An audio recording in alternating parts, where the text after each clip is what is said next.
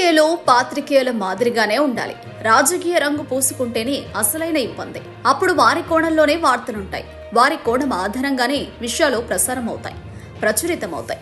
అప్పుడు ఏది వాస్తవమో ఏది అవాస్తవమో తెలుసుకోలేక జనాలు ఇబ్బంది పడాల్సి వస్తుంది. తెలుగు నాటకం సుప్రసిద్ధ జర్నలిస్టులలో ఒకరిగా వేమూరి రాధాకృష్ణ కొనసాగుతున్నారు.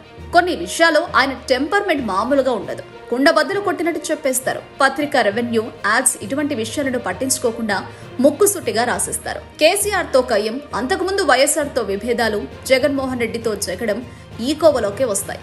వీరితో ఒక రకంగా వేమూరి రాధాకృష్ణ యుద్ధమే చేశారు. తన పత్రికకు ప్రకటనల విషయంలో ఇబ్బంది ఎదురవుతుందని తెలిసినా దూకుడుగా ముందుకు వెళ్లారు. మొహమాటం లేకుండా రాసేశారు. ఒక రకంగా ప్రతిపక్షాలు చేయాల్సిన పని కంటే ఎక్కువ చేశారు. ప్రతి విషయంలోనూ ప్రశ్నించారు. అయితే ఒక కేసీఆర్ విషయంలో మధ్యలో సంధి కుదిరినప్పటికీ అది దీర్ఘకాలం కొనసాగలేకపోయింది. దీంతో కేసీఆర్ రాధాకృష్ణ మధ్య ఉప్పు నిప్పులాగానే వ్యవహారం సాగింది. ఇప్పటికీ అదే ధోరణి కొనసాగుతోంది.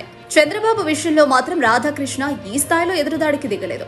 అప్పుడప్పుడు చంద్రబాబు పరిపాలన కాలంలో జరిగిన తప్పులను కాస్త గిల్లినట్టు చూపించినప్పటికీ తర్వాత చంద్రబాబుకు అనుకూలంగానే రాధాకృష్ణ వ్యవహారం సాగిపోయింది. ఇప్పుడు కూడా అలాగే కొనసాగుతోంది. కాకపోతే అప్పుడప్పుడు చంద్రబాబు పరిపాలనపై రాధాకృష్ణ తనదైన శైలిలో విమర్శలు చేస్తున్నారు. అయితే దీని వెనకాల కారణాలు కూడా వేరే ఉన్నాయని మీడియా సర్కిల్లో ప్రచారం జరుగుతోంది. ఇక తాజాగా తన పత్రికలో రాసిన కొత్త పలుకులు తనకు అలవాటైన రీతిలోనే వేమూరి రాధాకృష్ణ జగన్మోహన్ రెడ్డిపై విమర్శలు చేశారు. వల్లభనేని వంశీ అరెస్టును సరైనదేనని చెప్పారు. వంశీ అరెస్టు వల్ల ప్రజల్లో ఆగ్రహం కలగడం లేదని, అతడు అరెస్టు కావాల్సిందేనని రాధాకృష్ణ వ్యాఖ్యానించారు. అయితే ఇదే సమయంలో వల్లభనేని వంశీ డ్రైవర్పై దెందులూరు ఎమ్మెల్యే చింతమనేని ప్రభాకర్ చేసిన విమర్శలను, మాట్లాడిన బూతులను రాధాకృష్ణ తన వ్యాసంలో ప్రస్తావించలేదు.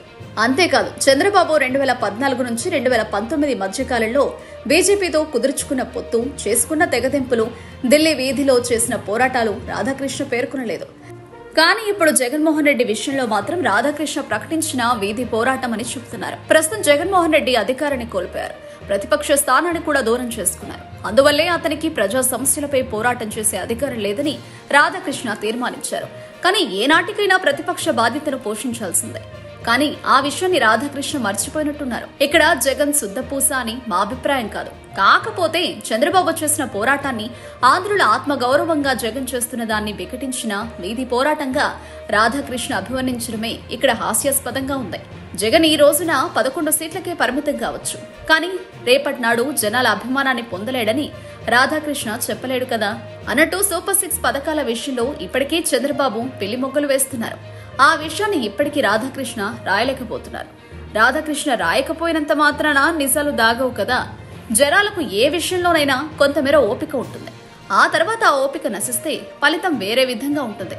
ఇప్పటికైనా ఈ వాస్తవాన్ని రాధాకృష్ణ గ్రహిస్తే మంచిదే.